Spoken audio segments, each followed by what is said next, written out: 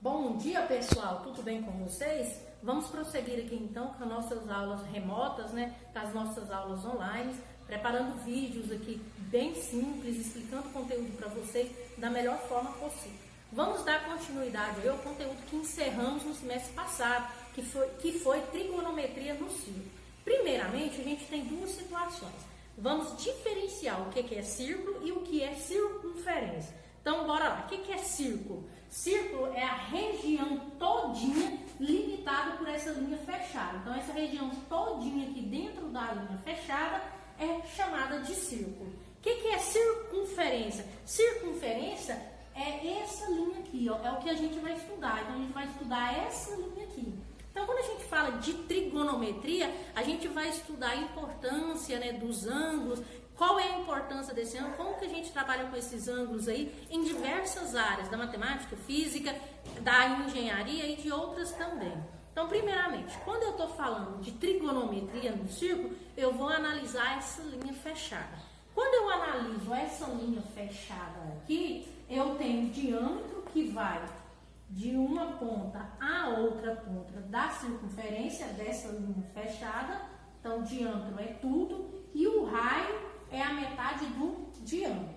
Outra coisa que a gente vai fazer, a gente pega o plano cartesiano, vocês podem observar aqui que a gente colocou aqui, ó, o eixo X e o eixo Y nessa linha fechada, nessa circunferência.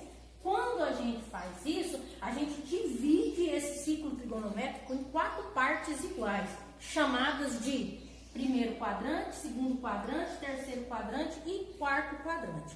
As principais características desse ciclo trigonométrico a gente vai estudar futuramente na aula pelo Zoom. Aqui a gente vai estudar mais superficial para o vídeo não ser tão longo. O que a gente tem aqui então? Dividido em 4 partes iguais, iniciando em 0 grau, 90, 180, 270 e 360 graus. Então, a volta completa na circunferência é 360 graus. O que a gente pode observar aqui?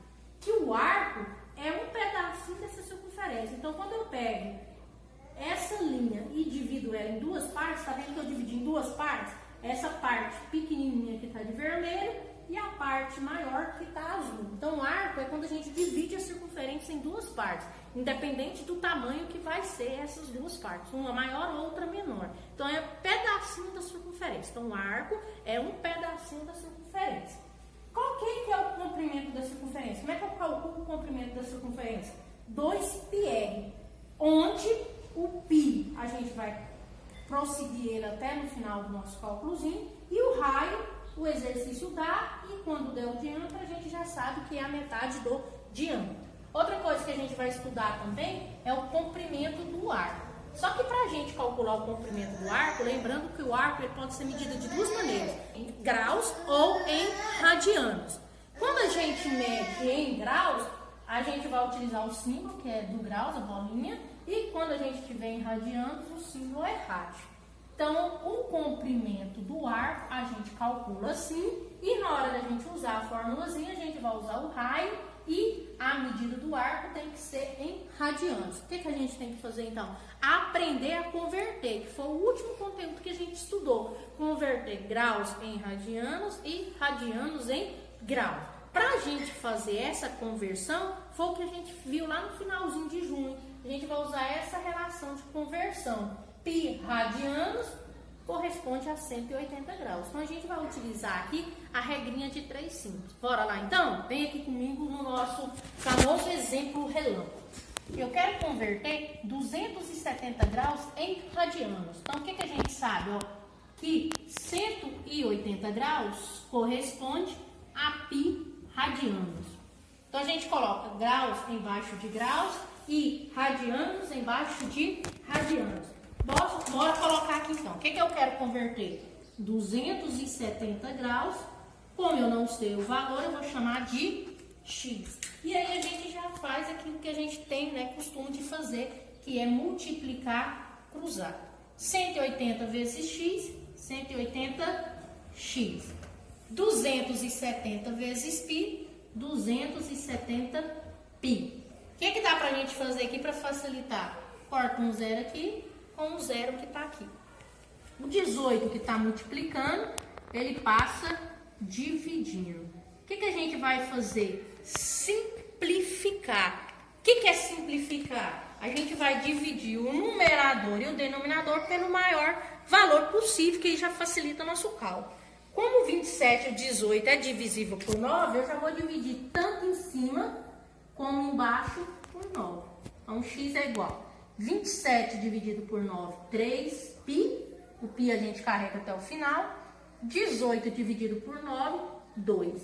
Então, 270 graus corresponde a 3π sobre 2 radianos. Está aí finalizada a nossa conversão. Agora a gente vai fazer o processo contrário. Então, a gente aprendeu a converter graus em radianos e agora a gente vai fazer o processo contrário, converter radianos em graus, que é um processo mais simples, que a gente pode utilizar a própria regrinha ao nosso favor, que facilita. Então, o que a gente tem? Que π corresponde a 180 graus. Então, o que eu posso fazer? No lugar do π, eu coloco 180. Então, vai ficar 5 vezes 180 dividido por 4. Aí a gente multiplica primeiro. 5 vezes 0, 0. 5 vezes 8, 40, vai 4. 5 vezes 1, 5. 5 mais 4, 900, dividido por 4. Efetuando a divisão aí, 900 dividido para 4, dá 225 graus. Então, o processo de converter radianos em graus é mais simples. E